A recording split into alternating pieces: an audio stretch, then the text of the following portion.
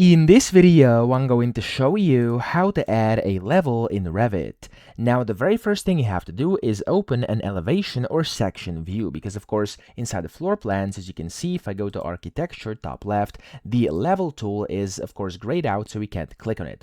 Now, as I said, you can open an elevation or section view. So for this one, I'm just going to go to elevations here inside the project browser, and I'm going to double click on the east over here, and there we go. As you can see, the level tool is now available under architecture up top. Okay, now of course I'm gonna go and click on it, and then from here all you have to do is draw the level. So we can just basically click to set the starting point, and you can go of course to the second point, and you can then click again. And of course whenever you do this, it's going to basically create a level just like this. And then up top here you can see all the properties. You can also go and create a plan view. You can go and change a bunch of different things, but that's essentially how to create a level. Okay, so I hope this video helped you out. If it did, please subscribe to the channel and help me out as well.